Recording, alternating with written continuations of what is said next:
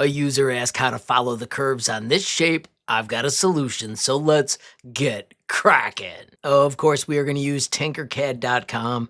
It is 100% free. I simply choose sign in with Google. All of your designs are saved to the cloud. You can see I have finished this a couple times. We'll do it again quickly from scratch by simply hitting create 3D design. I like to start by naming projects. This is going to be called CAD Sketch.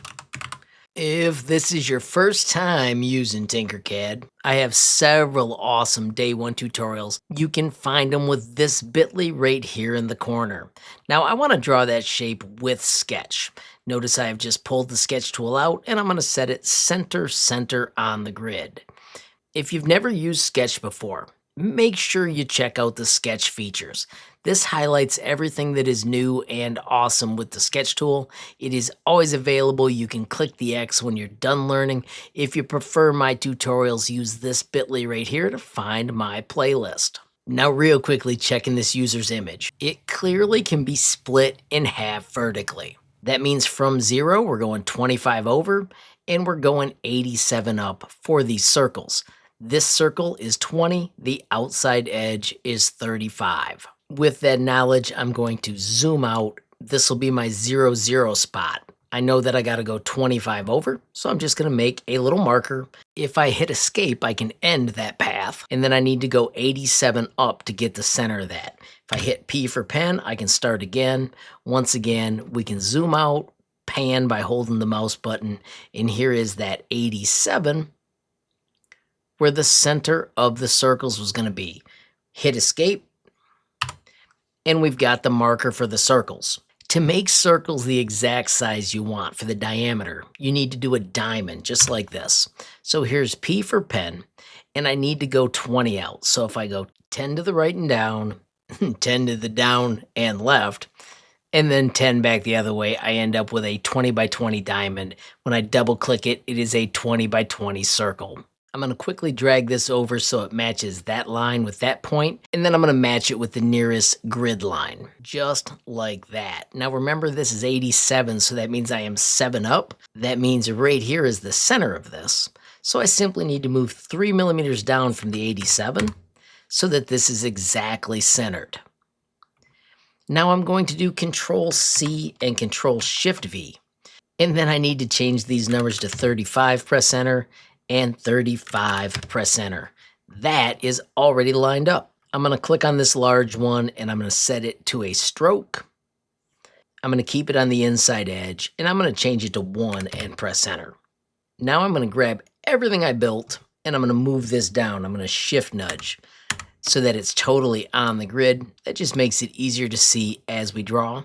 And let's start with P for the pen right down here. Remember, this was 5 over. Bang.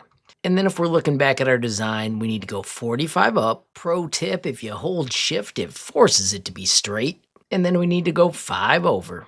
And then we're going to press number 2 to make a Bezier curve. Now we know that it intersects at this point right here. So I'm zooming in so I can get close to it. Notice that would be on a half point. So I'm going to switch to the half nudge and I can get right to that spot and then click, hold, and twist, keeping the handles absolutely straight out. That way you get the perfect curve you want. And then we're going to go to the middle once again. So notice we can see right here, that is the area. And I'm going to click, hold, and twist. And the same trick, I've got to keep that straight. And bang, we have just found that spot. Same thing with being vertical here. I'm going to click, hold, and twist. And when we move them straight along those lines, it is easy to track where that line would be. And then this one we need to guess. I'm going to guess that it's right here, but I'm going to continue with that same trick where I stretch the handles out straight along the line. And then I'm going to press number 1 to finish it. Straight line, bang, there is your shape.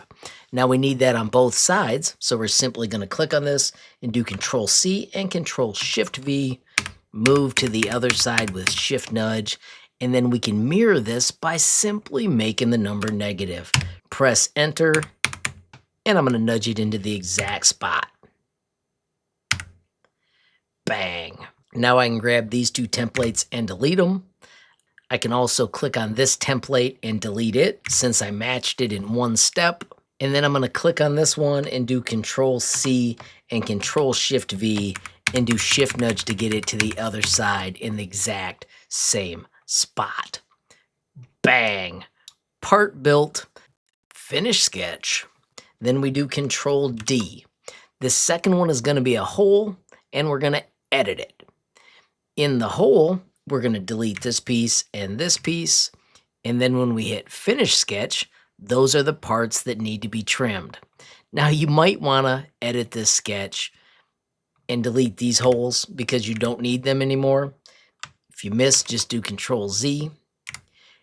And then this part would be a little bit more clean. Of course, we wrap it up by selecting it and doing Control G to Union Group. How cool is that? And there is your finished part with those curves. Of course, if you found you needed to adjust them, you could just go back in here and modify it. If I hit Edit Sketch, we can double click. And then this one right here, I didn't think looked quite smooth enough. This is where you could hit number 3. So you could break them and adjust them independently. I'm 100% sure that you want to keep it on the straight line, but you just got to nudge it to the exact spot that was going to fit the parts you were building. Of course, once you finish and are happy with that piece, make sure you delete this one and do the Control C and Control Shift V to get your matched set once again. And when you're happy, hit Finish Sketch. Click outside to finish the edit.